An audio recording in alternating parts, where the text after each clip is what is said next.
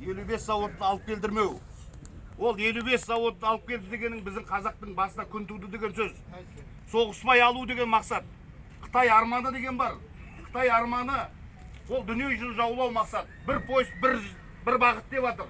Оның бар жағында, ар жағында құйтырқы заттар бар. Жігіттер, азаматтар, қазақтарым, осыншама кең байтақ жерімізді ата-бабамыз қорғады ғой, найзаның күшімен, білектің күшімен. Bir күнгі күні бәрін көк тиынға сатып жіберіп, қара халқымыз құл болуға дайын болып тұр ма? Ол ондай болмайды, жігіттер. Біздің бар болуымызда, жоқ болуымызда қазіргі міне таңда, бүгіннен басталады, жігіттер. Егер келетін болсақ, уже жоқ боламыз. Қазақ дегеннен жоқ боламыз. Бар болғаны өзі 10 миллионға жетер-жетпес халықпыз.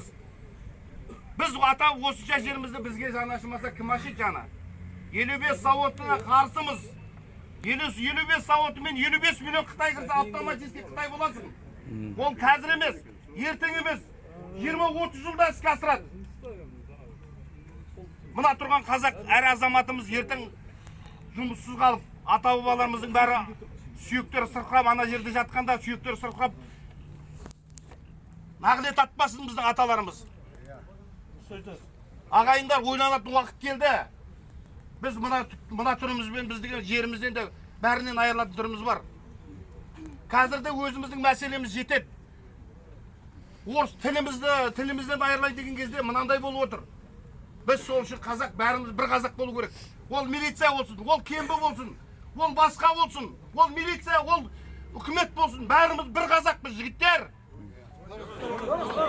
Сақалды бол, салафит бол, намазды оқы. Бәрің бір қазақсыңдар, жігіттер. Соны ұмытпайық, ағайындар, ауызбіршілігіміз сақтайық. Біз бүйтіп отырып, бәрімізді қарнымыз тойғанға мәз бола берсек, ертең күніміз қараң болады, ұрпағымыз не болады? Күң болады қызымыз, балдарымыз құл болады. Мен 2012 жылы Қытайдың Ұйғыр деген жеріне бардым, Үрімшіге. Ол жақта действительно шынымен жағдай өте нашар.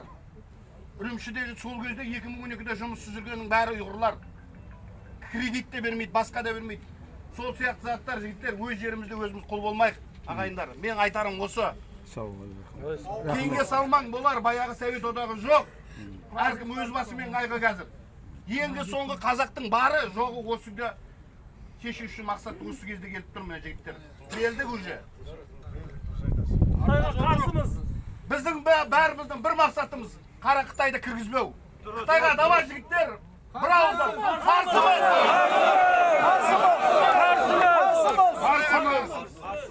Biz Жаңаөзен халқы Қытайдың 55 заводының кіруіне